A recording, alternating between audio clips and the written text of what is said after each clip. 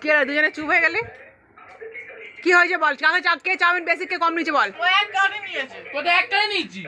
নিজেই বলে। আমি করেছি। তাহলে আবার বলতেছি আমার মামাকে দিতে পারে। তাহলে আমার মা তোর আমার কি মা কাছে দিতে চাই তুমি এখন চাউমিন খেতে পারে। আচ্ছা আমার থেকে আচ্ছা বাবু তুই করেছিস বলে তুই বেশি নিচ্ছিস, তাহলে আমার চাউমিন থেকে আমি ওকে একটু দিলে তোর কেন? ক্ষতিটা কি হবে? আমি তো করেছি, আমি সমান ভাগ পাবো। তুই তো এমনিতেই বেশি নিয়েছিস, তোর গামলা দেখা, তোর গামলা দেখা, তোর গামলা দেখ আর তোর দেখা এর কত কম। হ্যাঁ হু করে খেয়ে নিয়েছে। ও করে খাইনি তো আমি আমার থেকে একটু ওকে দিন এক চামচ দে মিষ্টি দে তে তো দেবো। আমি জীবনে করবো না, দেখে দাও করতে হবে না তো আমি করে দেবো। একটা দিতে যেতে যা যা যা এদের জ্বালায় মানে খাওয়া খেতেও শান্তি নেই।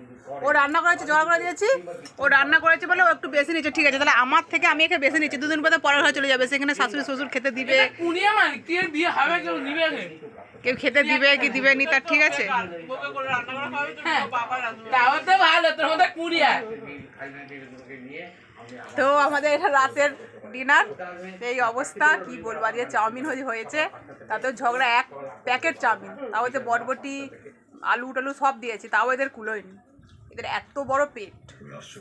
শুভরাত্রি বন্ধুরা, নতুন কোনো ভিডিও দেখা হচ্ছে, টাটা বাই বাই।